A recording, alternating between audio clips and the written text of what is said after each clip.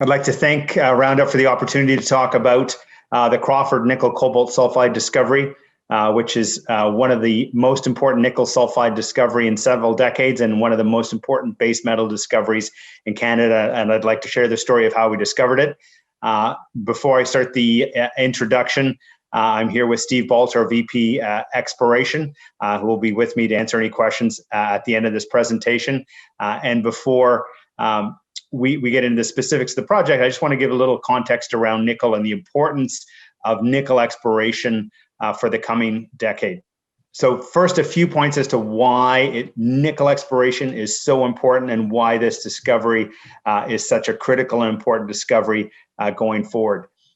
First off, nickel is about to start a new super cycle. For those of you who've been in the industry for a while, know every few decades nickel goes through a super cycle. We went through one in the late 60s, the late 80s, the mid 2000s, and I believe that we are on the verge of a new one coming in the mid 2020s. And again, that was the driver behind the exploration for this project a few years ago.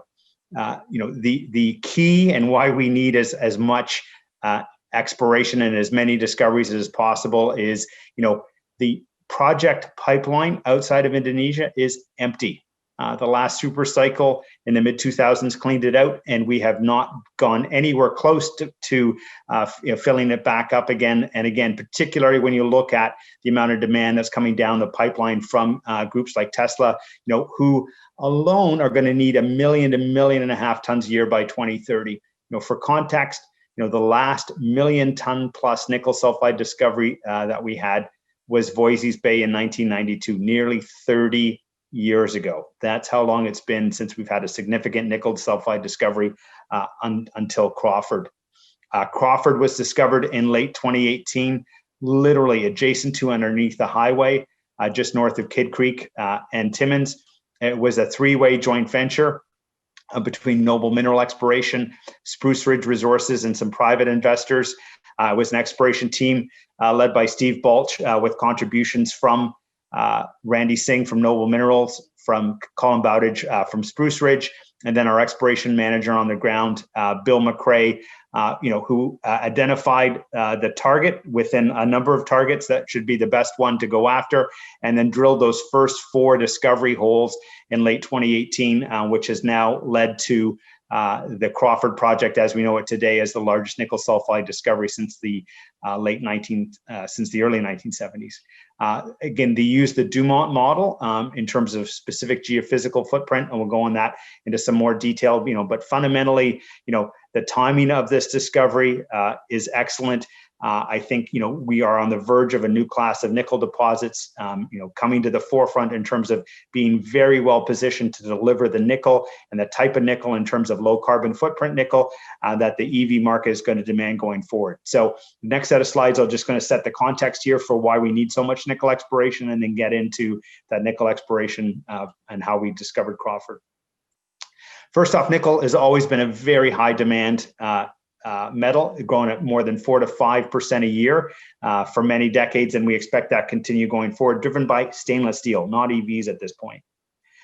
You then look at the EV sector. This is a forecast from Glencore for a few years ago, who see well over 1 million tons of nickel required by 2030. They recently provided their end-of-year investor update, and in that forecast, they talk about nickel demand out to 2050. What they see there is 9 million tons of nickel within 30 years. That compares to just 2.5 million tons today. That's the scale of the nickel requirements, that we're going to need, going forward. And again, there's very little visibility on any amount of nickel supply outside of Indonesia. When you layer in the EV forecast out to 2030 and put it on top of already continued strong demand growth from stainless steel, we need to double supply by 2030 from where we were in 2018.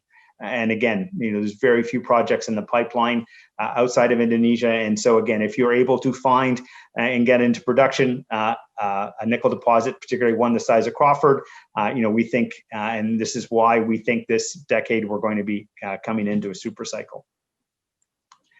Another key dimension of nickel that until very recently did not get a lot of airtime is the carbon footprint and the environmental footprint of a lot of the production.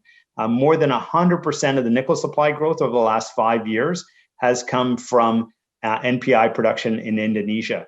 That production requires a lot of power, and all that power comes from coal-generated electricity.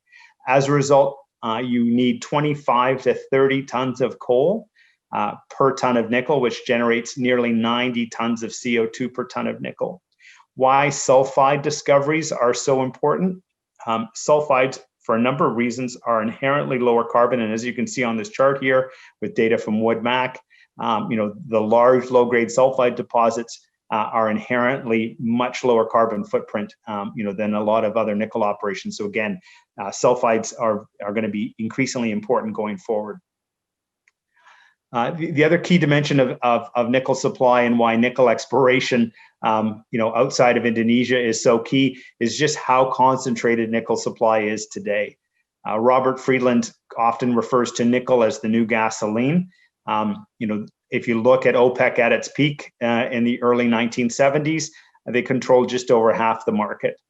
Today, you have 3 countries that control well over half of the nickel supply. Each of those countries is short of revenue. Each of those countries has intervened in their mining sector. So again, the potential for special taxes, special royalties, and so forth, I think will be too tempting for these countries to pass up, which will make, again, exploration discoveries outside these regions even more valuable going forward. So, how did we get into this position? Today, the project pipeline is empty. In the 80s and 90s, and for many decades, we had a number of large projects sitting around. The list here is well over 500,000 tons, which was almost a decade's worth of demand growth back at the start of the last decade. And all of those projects got permitted and built during the last super cycle in the mid 2000s. Some of these projects had been around for 100 years in the case of Goro and Koniambo, and in other cases for 40 or 50 years, and were discovered back during the nickel boom of the late 1960s and early 70s. We haven't discovered a high-grade laterite deposit since the early 1980s. Again, they're relatively easy to find at surface. And so, again, coming back again and again to the importance of new nickel sulfide discoveries, just because we need to be able to deliver the nickel that the EV market is going to be needing here in the coming decade. The challenge is, given this requirement for a lot more nickel sulfide discoveries, is that we as an industry have not been particularly good at it. This chart here is a chart from a Vale presentation back in 2015.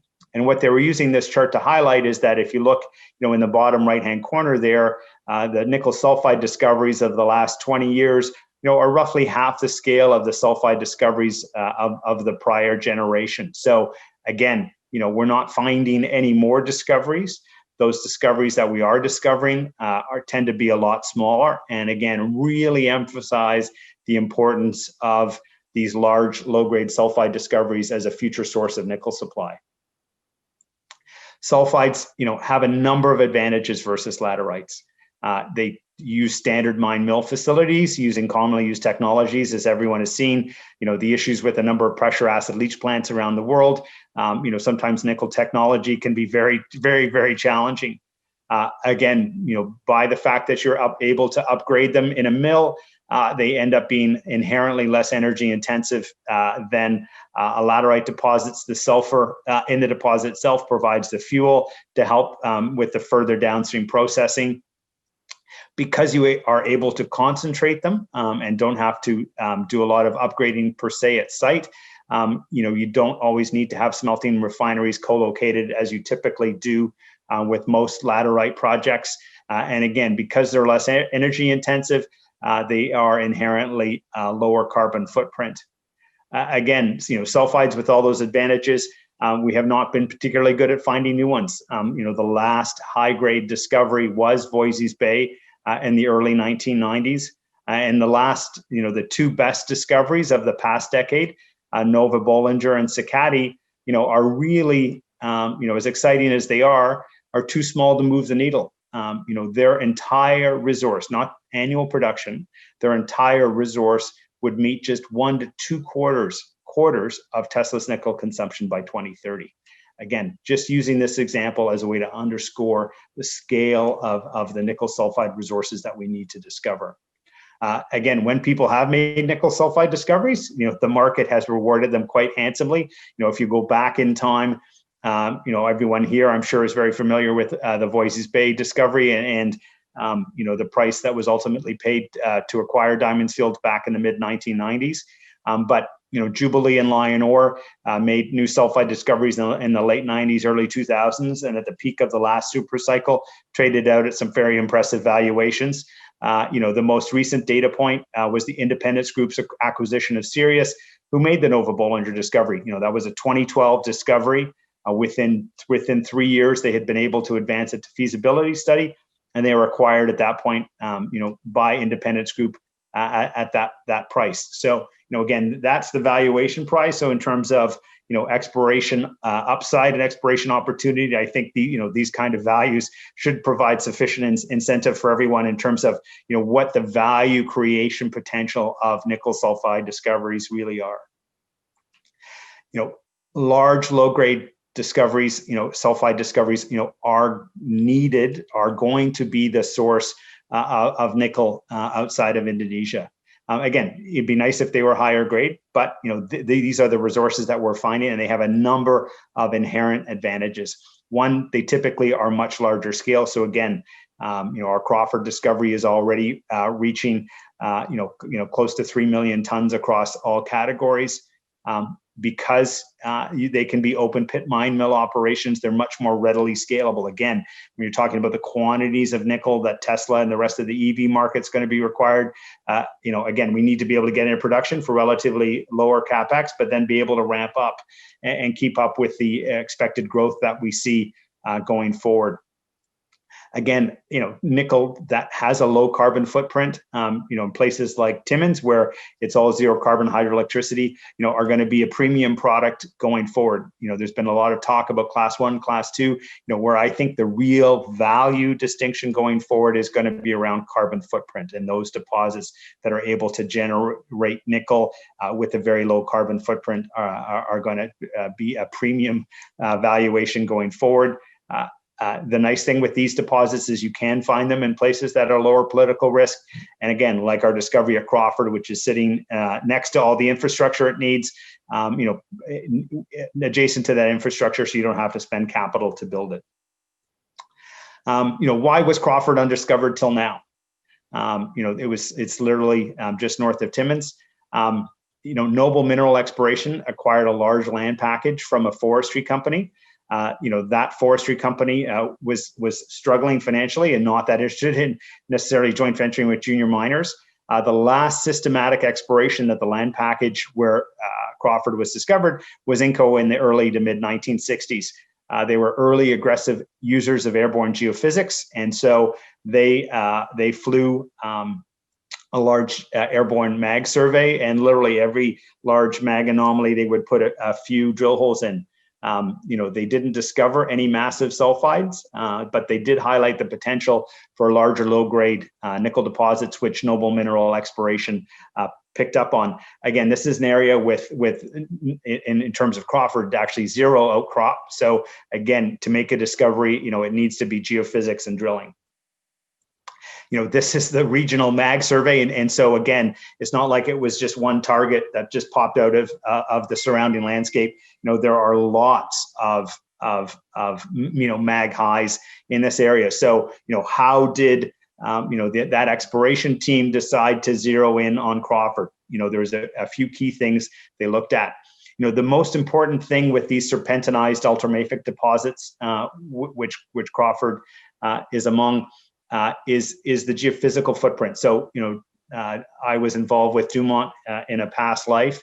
And so serpentinized ultramafics, have two key characteristics. One, the creation of magnetite as the deposit serpentinizes makes them light up on the mag survey. And then the other key part of this is as they serpentinize, the rock expands and the density drops from about 3.2 to down to about 2.6. So this creates a gravity anomaly. So, the team very correctly, flew a suite of geophysics, and then we're looking for that mag high gravity low combination, which they did find in the very, very large Crawford nickel intrusion. The importance of a well serpentinized ore body cannot be underestimated.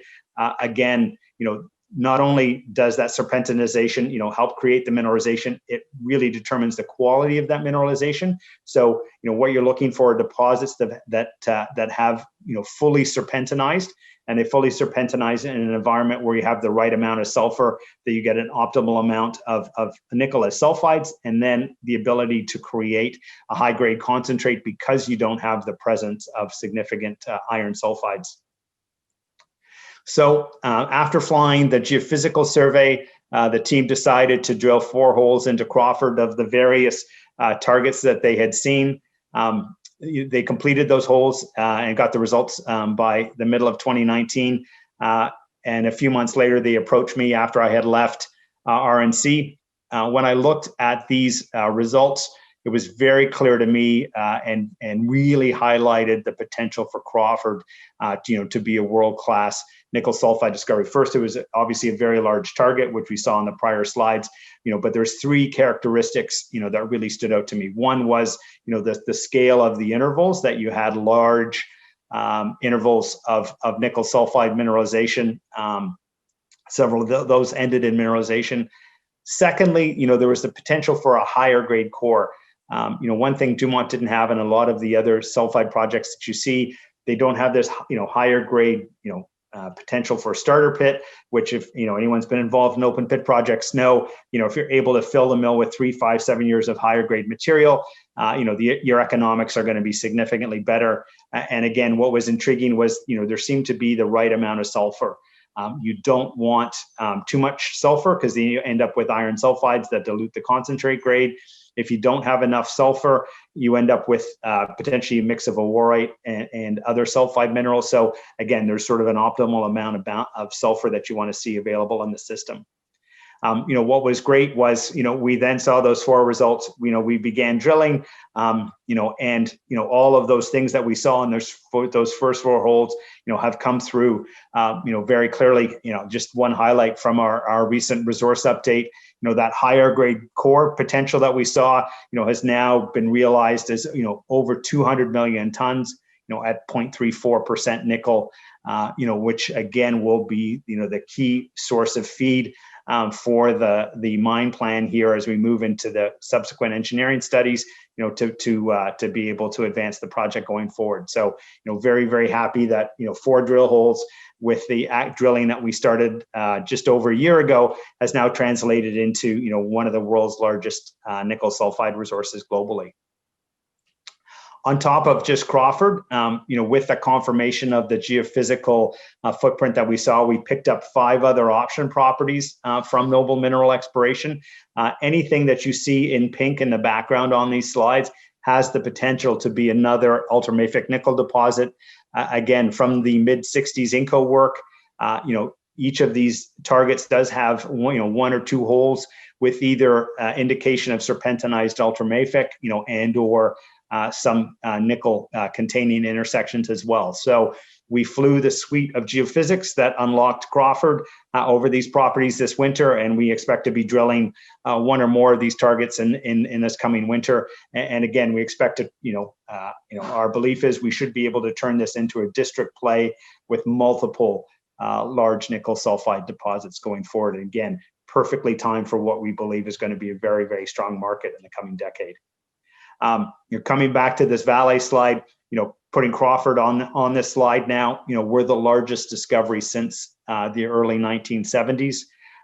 We have a huge amount of potential going forward. You can see the other projects that are ahead of us there. And again, the valuation upside that's here if we're able to deliver the kind of scale that we expect to deliver with Crawford going forward. Again, not only is it a great large scale discovery, we're in a great jurisdiction in Ontario. We're in an established mining camp just north of Timmins. We're adjacent to all the major infrastructure.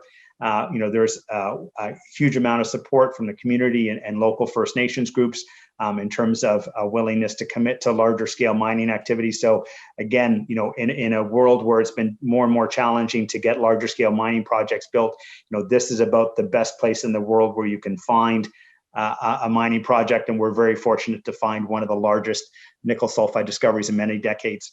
With that, I'll be glad to answer any questions along here with Steve that you might have. And so thanks for taking the time to hear the story.